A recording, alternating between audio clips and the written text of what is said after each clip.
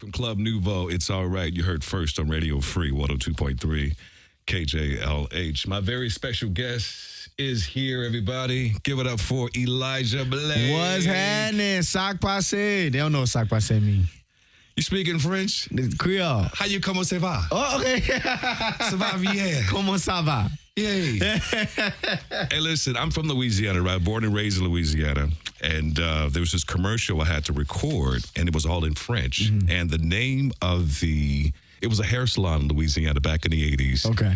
And it was called Maison de Jolie Cheveux. Oh, nice. Maison, you know what maison is, right? Home. Yeah, exactly. Maison de Jolie. Home of hair and jewelry. Pretty hair. Oh, pretty hair, yeah. Maison de Jolie Cheveux. Come so on, like, man. Okay, so every young lady I meet was like, Maison de Jolie Cheveux. And they what just you say? I like your dress. just lying. She don't even know. Like, what? Okay, this sounds good, right? Man, you got to be super excited about what you just released a few days ago, October 25th. Thank you, fam. Your brand new album called Elijah. I was telling you, it doesn't feel real. I've been doing this for so long and feeling underrated and feeling overlooked and, underappreciated, even times where I was appreciated, that the love from the people like yourself who are tastemakers, my peers, it just doesn't feel real, but it's due time. Man, you got to be waking up like giggling every day like this. What? No, it makes me want to work harder. Really? Yeah, like I'm ready for the next project. I'm like, how much work can you do? You have 20 songs on the project, Yeah, man. But now I really want to focus on the visuals. Like me and Seven had a 5-hour FaceTime call about the video that we're going to do for Stuck in My Ways. I had to feel it, man, because I looked at your birthday, too. I said, okay, he's a Gemini, so I know he's not getting any sleep at all. All these creative ideas. He's probably coming up with at least 1,000 creative ideas per day. You know what I mean? They got to dial me back because they got to be like, yeah, we are still indie. Like he just don't want to do music. He wants to do everything, too. He's probably invested in Bitcoin. He's probably, everything. He's he got his hands on all kinds of stuff, right? You know, I'm trying. Wearing different hats, right? Definitely. On a daily basis. They got to tell me, like, yo, trust your team because I want to be on every call. They kicked me off the call the last one. There was like a label call this week. They kicked me off. You can't do that to a Gemini. What's wrong with y'all? But guess what? I was like calling my boy, like, yo, patch me in. Can they hear me? Like, give me another email that I could come in the call. And Shai was like, no. You will not be able to sleep. No. You know what I mean? Yeah. Because there's always maybe some type of dot that's missing. You know, that's not the font that I wanted. You know, I had this every little detail. But it matters to us as Geminis. They just think we're crazy, but there's a method to our madness. I call it organized chaos. Right. Yeah. Now, tell me about this project, too, man, because, and I got to be honest with you, this is probably the first album in a long time that I've heard from beginning to end. Wow. That's what people have been saying, bro. And that was so intentional. The sequencing. I spent majority of my events on live strings, live horn sections, what else? Live bass players, live musicians, I wanted to capture the essence that I feel when I listen to Marvin Gaye, when I listen to Prince, when I listen to Stevie Wonder. And you just can't, I know we're in a beautiful place with technology, but you can't duplicate feeling. There's no substitute for real human, somebody playing that bass and feeling it and putting that pocket and maybe being a little offbeat, but you feel it. So I think that's why musicians like yourself and just people and creatives like yourself have an appreciation for it. Right. Yeah. So tell me about this, man, the writing process, man. This is our first time meeting, right? Yeah. And I'm like, maybe he should call me Uncle Kevin, because I don't think this album is good. We do look like we could be related, Kev. Meaning that I don't think this album is good for people who's going through a breakup. Yeah. Because, listen, it brought back all kinds of memories, right? I'm like, what was his brother going through? Like, it was should he call me Uncle Kevin? Should I give him a hug? Like, man, it's going to be all right, Yo, I wanted the main basis of this project to be accountability with ourselves. It's easy to tell the story of what somebody did to us, but sometimes we got to hold ourselves accountable by why did you stay this long? If it was such a toxic situation, why did you allow yourself to shrink yourself for this person? Why did you where did your pride and where did your ego and where did those things come into play? So for this was the project where I didn't go to the studio with anybody, just me and the engineer, and just wanted to be as honest, brutally honest with myself and things that have happened. I noticed with myself in love, like I don't negotiate my boundaries. I think I've lived life in a way where I've watched my mother tolerate certain things. I've watched my grandmother display certain things. And I'm just kind of like, okay, these are my non-negotiables. And I'll stay in a relationship once those non-negotiables, I'll just turn into I can just disconnect. And maybe that's a toxic thing, but that's probably from a place of trauma. But I just wanted to put all those cards on the table when I was writing these songs because I know I'm not the only one. So how are you able to like transform like those feelings, right? Just being vulnerable into art. See, it don't feel like art when you're doing it. Was it therapy for you? It was therapy. That was a form of therapy, yeah, right? I just didn't want it to be in vain. Gotcha. I just knew I was talking to Diane Warren years ago, and I was like, how did you write all these amazing songs? Have you ever for Brandy, for, all these huge, big records, Celine Dion? And she was just like, I showed up to my gift. A lot of times we think just because God gives us a gift, he's supposed to give us the things that come with a gift as well. You know what I mean? Sometimes he might give you the wrapping paper, but you got to go find the bow. You might have to go find the box. And she said she showed up to her piano every day and wrote songs. And I knew when I was going through what I was going through, I didn't feel like writing. I didn't feel like going to the studio, but I'm like, let me get my Adele on and make this pain make money for me. Oh my God. I mean, dealing with, I'm sure, a little bout of depression too sometimes, just being in a dark space. Yeah. And like you said, it was just you and the engineer in the studio and just music, right? Wow. Because I shut off from the world when I'm going through things. Hey, I'm Gemini, brother. Oh, so you understand? We talking. We're usually that for people. They come and unload and offload onto us, but we don't necessarily trust people enough to feel not judged and to be properly seen with what we're going through, because our perspective might like shock you a little bit. Like we might want the ex to get hit by a bus. Like, you know what I mean? Let me ask you this. So was it comfortable for you to be in the studio with the engineer? For me, it's not. To say the truth. Like when it's got to be me and my piano and my microphone. See, that was a little uncomfortable, but the engineer that I was using, I've kind of been using for some years. Gotcha. And I didn't think he knew enough about the situation to judge me.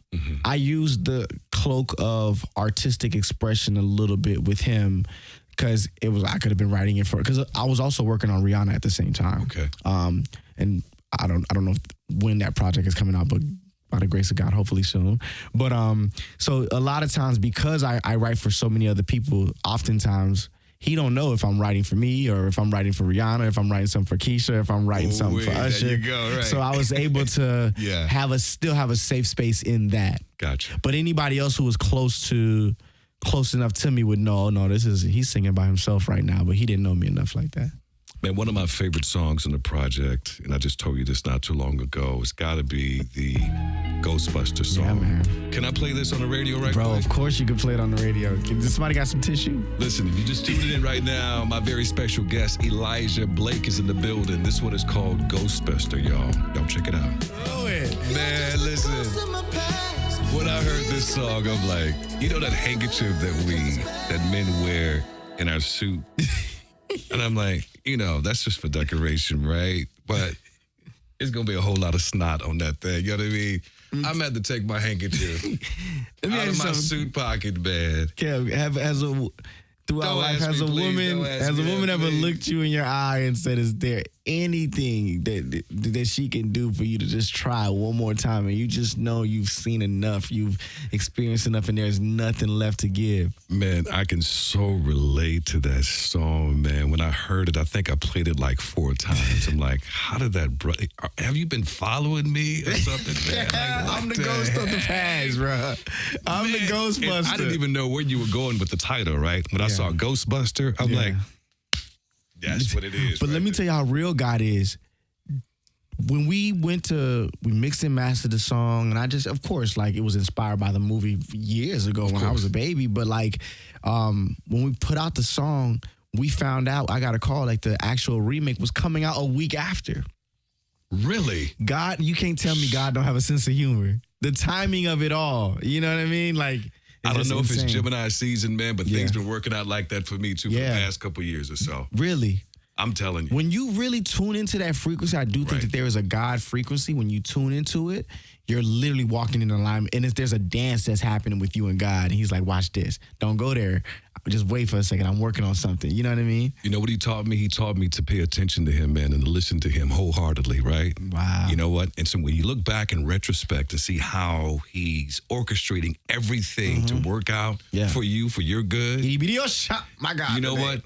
You don't want to abandon that at all. No, not at all, man. He's like, God, I would never leave you. I would never forsake you because I know if I do, boom. Once we get out of alignment, it's over. Everything is over. The word. So that's what it was. It was a situation where even though I could have went back to what was comfortable for me, God was pulling me out of that situation.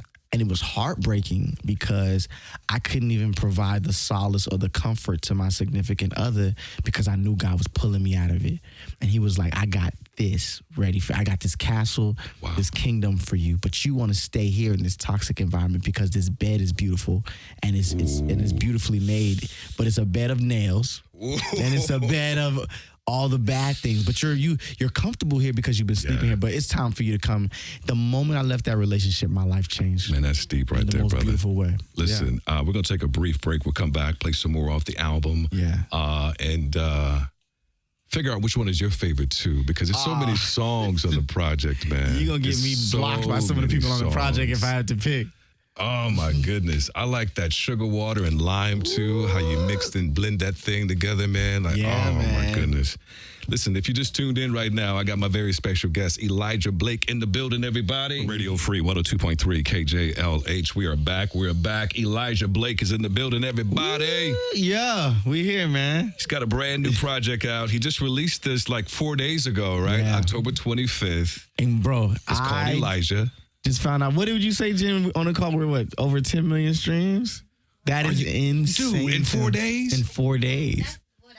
The whole project, yeah. You got to be kidding me. Yeah, man, God is good. What? Yeah, God is good.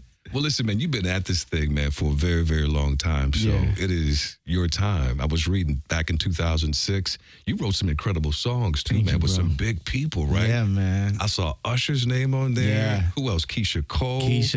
Trey. Nas, Trey, Sex Ain't Better Than Love, Jupiter Love, Sierra, DUI, Justin Bieber's I Would. Who else am I forgetting? No Love Allowed, Rihanna. What? Yeah, man. So how did all that happen, man? I mean, I didn't want to be a starving artist. I'm going to go where the money resides. So you just submitted songs? I mean, how did they discover you? You know what? Because Jupiter Love was my first placement, and I was signed to Songbook as an artist. Okay. Before I even knew I could write songs, and Trey was working on Ready. So when that kind of blew up, the whole project just kind of changed. You know, when somebody said the real metric of success is when it not only changes your life, but everyone's life around you. Right.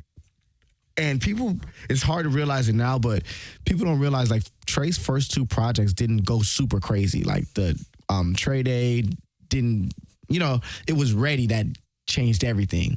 And Jupiter Love became, like, a fan favorites. And, like, just on stations where there was creative control, like how this one is, people were playing the Jupiter Love. Gotcha. And they were like, you know, like a little 15-year-old kid wrote that record with him. And then people just said, well, who's that? And I was going by Red Styles at the time. So that's how I got in with Mary J., Beyonce, and Usher. And that's how my name started moving. It was like, it's a little kid writing this song. This is crazy, dude. Yeah. Crazy. Kind of reminds me of little Stevie Wonder, man. When I heard Stevie wrote My Shetty Amore when he was like 11 years old, it blew my mind. I didn't know he was 11. 11, dude. Can you believe that? You got to give me a second. You got to give me 11? Yeah. He was already my favorite. Oh, my God. Nah, man, like, how do you, where do you get this from? Stevie is already, like, the only person I put in the same caliber for me as Prince. Actually, a little higher. Those chord progressions, you know, going up centertone after centertone, you know. What? Those chord change. I like. And to even sing and maneuver, that's not an easy song to sing. No. Wow. No. Gosh. You got a lot of friends on this project, too, man. You collaborated. Let me ask you this, though. When I saw this lady's name on, I said, dude, you have to have so much confidence vocally to sing with Kim Burrell on this project? Were you intimidated? Are you kidding me? I mean, Kim Burrell. I'm like, shoot, dude. I didn't do my part till she left. Bro, Kim Burrell. When I saw it, I heard, I'm like, wait a minute, dude, huh? I got some nerve. I'm like, you got some balls on that one. You know, and, she kind of sent me the funniest voice note. You got Keisha Cole on there too. You got Tiana. Yeah.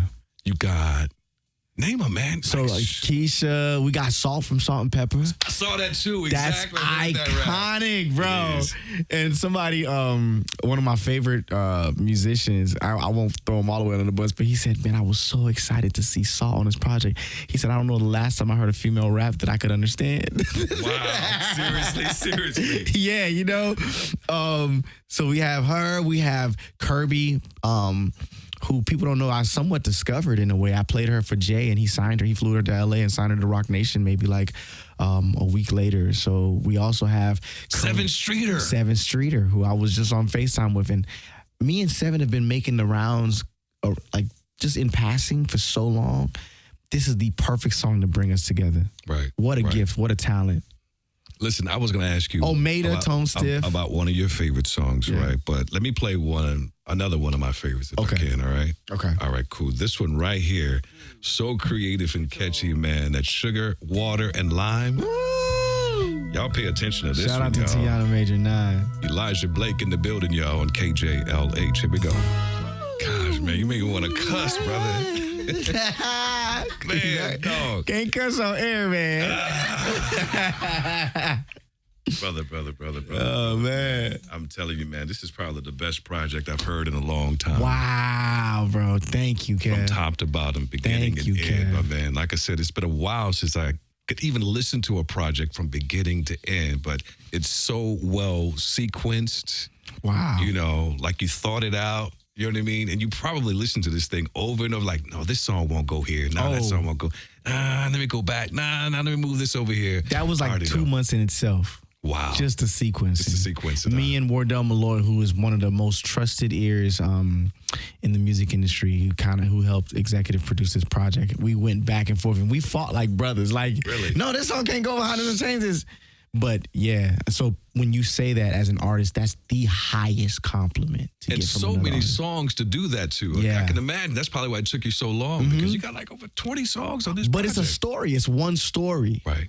So you can't, and then you're thinking about the tempo, then you think about the keys that go into other things. Exactly. Yeah, I'm telling you. And props going out to the engineer. So whoever mixed it and mastered it, sonically, I mean, you can hear every instrument. Yes. Every voice is Shout out clear. to Jeff Ellis and Dale Becker. Jeff is out. He actually got a Grammy for Channel Orange. He mixed Channel Orange. Are you kidding me? Yeah, and Dale Becker mastered all the Doja Cat stuff. So see, a lot of folk don't even listen, they don't even know. But when I hear something, I'm listening to every little thing. You know what I mean? So I can be your worst critic too. But that's how I can. Right. Your critiques even now, even your compliments are from a space of like I always say, I got in trouble last time I said this, but I say because of social media and all this podcasting, there's too many critics and not enough credentials. Right.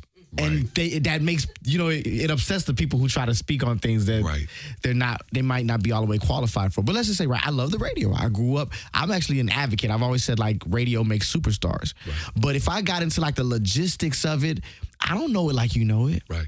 Yeah. So if everything I say is based off of opinion. I can have an opinion, but I can't properly critique what goes into what you do. And I think that that's where the lines are getting blurred and people get in their feelings. I'm not saying you can't have an opinion, but you cannot be a critic on something that you're not properly educated on. You're absolutely right about that, My God, today. Man, listen, congratulations on the new album. So what is it that you want to communicate with your audience? So if you had 30 seconds to do it, like with this project, what is the main thing you want to communicate to the audience? I actually just got emotional about to say this, but go ahead, man. But you I think this project opens up a door for Black men to be able to express ourselves. I think we've been villainized so long in the public that even the general public looks at us weird when we express empathy, when we express disruption, when we're articulate. It's like something wrong with you. You're weird, and it's just like, oh, so I don't have permission to be intelligent. I don't have permission to be emotionally intelligent. I don't have permission to be so many things that I feel like are expressed on this project freely. And I didn't have permission until I assembled the team that I did, that kind of put their arms around me like a shield and said, go in this studio and be that. And when I hear people, last night, Jen is here as my witness. Someone came to the show and he was like, hey man, I'm the musical director for Sean Stockman of Boyz II Men. And he told me about your project. I have never met Sean, but that's one of my favorite singers. And I think that when I did this project, I said the right people will get it and they will come together like the Avengers and help spread this message. And that's what's happening with this project. I love it, brother. I love it. I love it. I love it, man. I wish you continued success. Thank you, bro. Thank you for having me, bro. People want to know, like, where can they find you, your shows, any tours coming up next? We're touring top of the year. We're touring top of the year, but it's just Sir Elijah Blake on all social media platforms, SirElijahBlake. And yeah, keep rocking with me, man. I'm going to keep spending all my album budgets on strings and horns and the things that, you know, us music geeks care about. I'm going to ask you about that off the air, too. Okay, man. yeah. I'm going to ask you about that, all Yes, right? sir. Hey, listen, we're going to slow things down coming up at 9 o'clock, taking your requests and dedications for all the lovers out there. You know how we put it down every night, beginning at 9 o'clock. And again, my very special guest, thank you for coming through, man. Thank you. I was telling the crew here, I said, man, look, he ain't coming tonight. He ain't coming. He ain't showing up. No, I'm coming. Watch, we're going to get a phone call tomorrow. I thought it was tonight, Friday night. I was already en route. It took me an hour to get here, and I was en route. It's all good. Don't move, y'all. Keep it locked to Radio Free 102.3. We're KJLH.